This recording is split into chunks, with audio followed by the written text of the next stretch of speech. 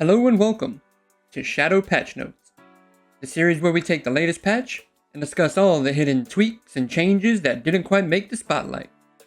If you find this video helpful, don't forget to like and subscribe. And stick around until the end of the video to see how you can win an Apollo Triage game package with LTI. Alright, let's jump right in.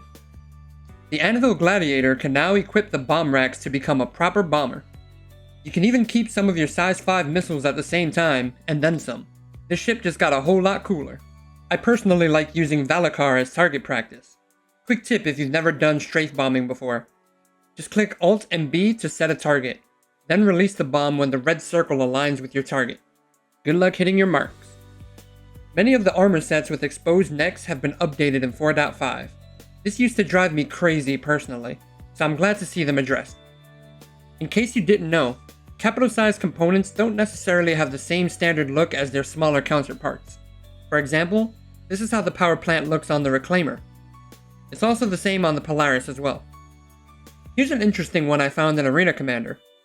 If you get out of your ship and ping, you will see an FPS version of scanning. I initially thought this was just the ship scan happening on foot, but in reality, it's a whole different type of scan altogether, as you can see from the huge difference in range. The FPS scan is much shorter. Also, it doesn't ping the name of minables right now like the other scan does. This could be a sign of an exciting change to come soon enough. Also on the topic of scanning, the new ship scanning mechanics will show you cave entrances as well as harvestables on planet surfaces. This is a huge improvement just ahead of crafting, which will likely require lots of different ingredients from the ground. I wasn't able to confirm this, but I have heard that bedside ship TVs are now playing the SSN news flashes that you see in cities. Let me know in the comments if you've seen this. There's a new ASOP terminal search function, and it's possibly the best new feature of the patch. You can search not only by name, but also by ship's role focus, such as mining or racing. There's also a tab to show only the ships available at your current location. The new Physicalized helmets are an awesome addition as well. By pressing Alt-H, helmets will be removed and stored on your character's waist. It's so much better for immersion than seeing your character pull a disappearing box off of their neck. Fun fact, you can also toggle the flashlight while the helmet is on your back. You now have the ability to block players in 4.5.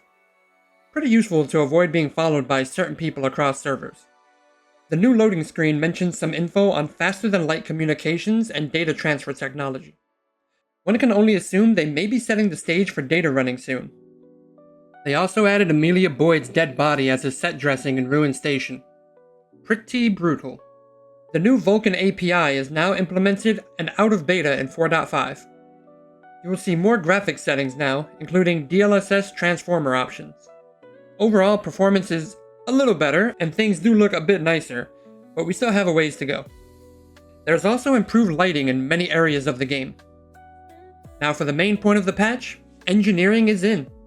I won't go into too much detail in this video, since CIG has covered this in great detail recently and over the years, and things were changing literally by the hour in PTU. But here are a few outlier details you should know. Life support has now been fully implemented. If you open a door to a space, you will drain the room of oxygen and your character will not be able to breathe. This also means you can't just leave life support off either, or the ship will run out of oxygen. It also keeps the ship from getting too hot or too cold. We also have fuses as well as repair canisters added to lockers inside of ships. This will be there anytime you claim your ship. You can now leave doors open via the engineering terminal. That means that Crusader ships like the MSR are finally free of their dreaded door curse. This made me so happy to see on the Hercules. Overall, the goal with engineering is supposed to be to raise the time to kill. However, ships can still be killed by continuous fire on the hull. In my opinion, I mostly like what they've done with engineering, but the ship explosion thing should really just go away at this point. I always thought the whole point was to encourage disabling a ship to facilitate boarding and FPS fights, as well as maintaining the interior of the ships for piracy and component salvage. They always spoke about moving from time to kill over to time to disable, and I hope that is still the direction we're heading towards. I think the first thing we need to talk about is moving away from time to kill and move towards time to disable.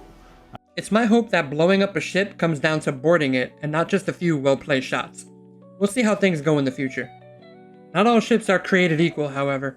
While some ships fully support engineering, Others will only do it through the MFDs, like light fighters. There's also this weird middle stage where they partially have things done and partially don't. This is basically a list of all the ships in Star Citizen that have been long forgotten about, like the Constellation and the Caterpillar. The other big thing to note is shield redundancy on ships with more than 2 shields, since not all shields will be fully powered at the same time. This is especially important for ships like the Redeemer and Retaliator, which have multiple size 2 shields, but only a few on at a time. You will now get the full HP pool from all shields at once.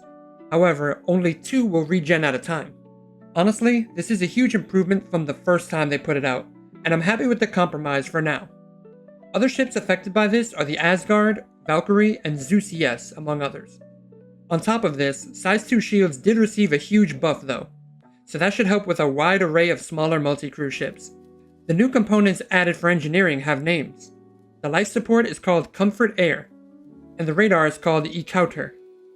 I was very tempted to pronounce this another way. RMC canisters can now be bought at more types of shops, so you won't have to go to the cargo deck just for that anymore. Also, the canisters will now come completely filled, so you can repair right away with them. You can also buy the extra fire extinguishers at weapon shops too. They're called the APX fire extinguishers. These things are treated as weapons, so it will be placed on your back when you try to switch to another weapon. Keep that in mind if you have 2 weapons on your back. You may want to put one in a weapon rack if you can. Patch notes spoke about refining changes, which basically mean you will get less ore from refining, but that ore will be worth more credits now. Commodity prices were increased across the board too. This seems to be done in an effort to lower the ceiling for the amount of cargo needed to make good money. I'm here for it. I'm sure you and even your non-backer friends know this by now, but this patch brings official VR support into Star Citizen. I don't own a VR headset personally, but the footage I've seen so far does look pretty cool. This is only the first implementation though, so expect it to improve over time with more additions, like hand tracking. A huge wave of new FPS weapon attachments are in. The compensators like the Vera and the new suppressors like the Quell shake up the muzzle attachment pool with new stat changes. This includes new sights like the Focal Wave and the Tarkov-style blinding flashlight attachment from Volt. You can actually find these at Jumptown locations such as Echo Isle. Between this and the new Greycat ground vehicle, they may be trying to tell us something about Jumptown. Also, the loot in contested zones should all be back now. The Pulverizer LMG received a bit of a nerf, and the Custodian SMG received a nice buff. A new weapon skin can be found in-game called the Disrupt. I think it looks pretty cool myself. The RSI Meteor was added to the contested zone reward loot pool. I'm glad they finally showed this loop a little love after all this time, and I hope they continue to do so. Wiccolo got some new additions to his lineup, including the Argo Raft, Asgard, Prospector, the Wolf, and most importantly, the Idris Frigate is now acquirable in-game via Wiccolo. If you were wondering about the price, it ain't pretty, so be prepared for the grind of your life. I think you'd be better off picking up more hours at work, and I think SIG is banking on that. Also important to note that Wiccolo now has reputation attached to him. As of right now, there are 3 tiers, and the Idris is currently locked behind the highest tier of rep. Reputation for the Clangard boom tube, for example, will fill 1/30th of the bar, meaning you'd have to do the same contract a total of 30 times to finish the new customer rank. Grinding for ships and other more prestigious items like the Clangard armor set might reward more experience, but I'm not sure. Some good and bad news for racers out in the verse. Racing ships have received increased boost capacity, while also receiving HP and emission nerfs. While this is overall great news for dedicated racing ships, what isn't great news is the fact that racing contracts have been MIA since the Great Contract Purge of 4.0.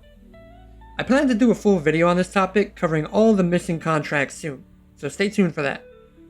The L21 Wolf was added to in-game shops for about 2.4 million. You can grab it at Astro Armada in Area 18. The Hornet Heatseeker turret is also now available in Area 18. And if you haven't seen, you can buy the laser and missile PDCs at ship shops, like the one in Levski as of last patch. This is one detail I forgot in the last video. PDCs will also now shoot down bombs, even if they are not hostile. And that'll do it for this episode of Shadow Patch Notes. So, were any of these changes news to you? What are your opinions on engineering? And do you think we will be getting FPS scanning or data running anytime soon? Leave a comment below and let me know. And if you're interested in a game package giveaway, just be a subscriber here on YouTube and head on over to my Twitch channel at twitch.tv/the5star, where you can find a link to enter. Come on by and say hi. Alright everybody, I'll catch you on the flip flop. Peace out.